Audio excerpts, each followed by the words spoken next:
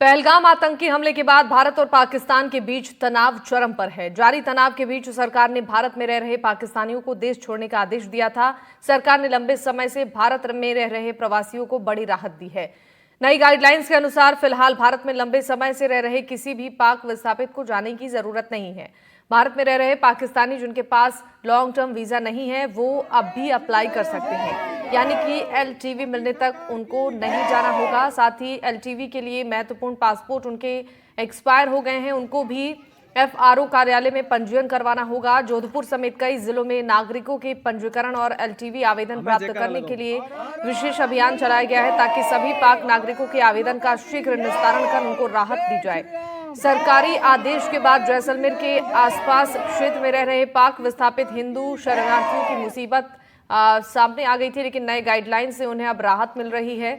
विदेशी पंजीयन कार्यालय द्वारा बताया गया है कि पाक नागरिक को एलटीवी आवेदन की पात्रता रखते हैं और सभी तक एलटीवी आवेदन प्रस्तुत नहीं किए गए हैं, उन्हें शीघ्र ही अपने एलटीवी आवेदन वैध दस्तावेजों के साथ प्रस्तुत कर सकते हैं।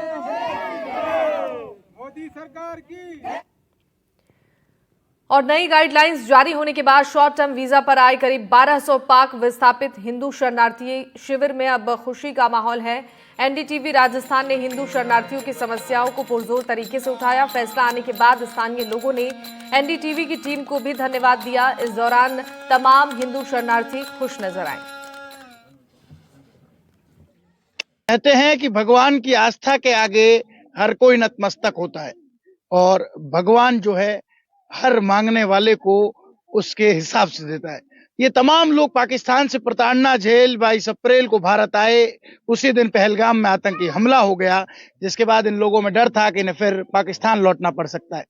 लेकिन अब गृह मंत्रालय ने गाइडलाइन जारी की है और इन लोगों के लिए राहत की खबर है कि अब ये लॉन्ग टर्म वीजा के लिए अप्लाई कर सकते हैं और इन्हें वापस जाने की जरूरत नहीं है। ये उन तमाम लोगों के लिए है जो पाकिस्तान के अल्पसंख्यक है और उनमें ये पाक विस्थापित हिंदू शरणार्थी भी शामिल है। मेरे साथ खेतोराम है जो कि 22 अप्रैल को आए थे और अपना दुख बयां कर रहे थे। खेतोराम जी, कितना दुख दर्द था और अब कितनी राहत? अब तो बहुत धन्यवाद है मोदी जी की, जो हमें रहने दिया है सरकार ने, बहुत धन्यवाद है। एंड टीवी वालों की बहुत धन्यवाद है, जो हमें एनडी टीवी वालों की बहुत धन्यवाद है।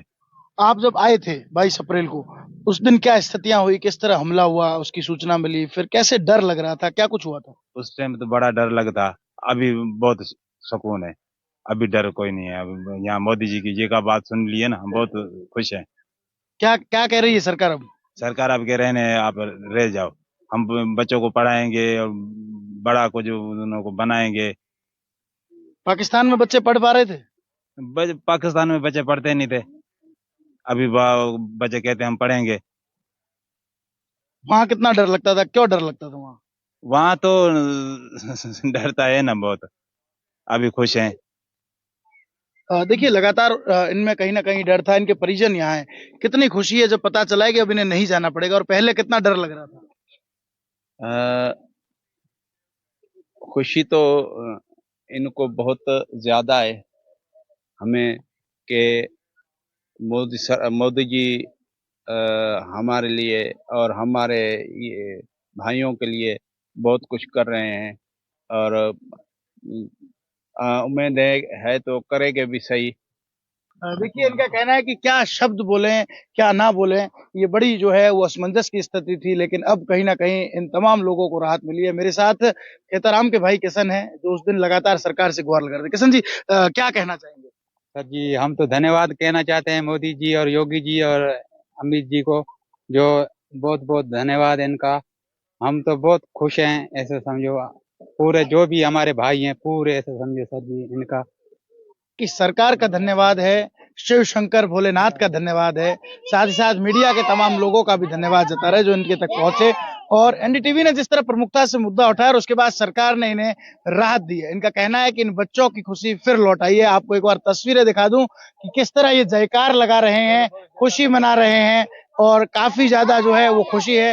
भारत माता की जय के नारे जो है वो यहाँ पर लगते हुए नजर आ रहे हैं और इन तमाम लोगों का कहना है कि हम जितना धन्यवाद दे उतना कम है। और इन बच्चों के चेहरों पर लौटी खुशी ने हर किसी का मन मोह लिया। ये प्रताड़ित थे, उत्पीड़न झेल रहे थे, वहां से परेशान होकर लौटे और अब अपने वतन में चैन की और राहत की सांस इन्होंने ली है, जब गृह मंत्रालय ने गाइडलाइन जारी कर इन लोगों को अब लॉन्ग टर्म वीजा अप्लाई करने के लिए जो है वो कहीं ना कहीं एक बड़ी राहत दी है। श्रीकांत यास, एनडीटीवी, जैसलमेर।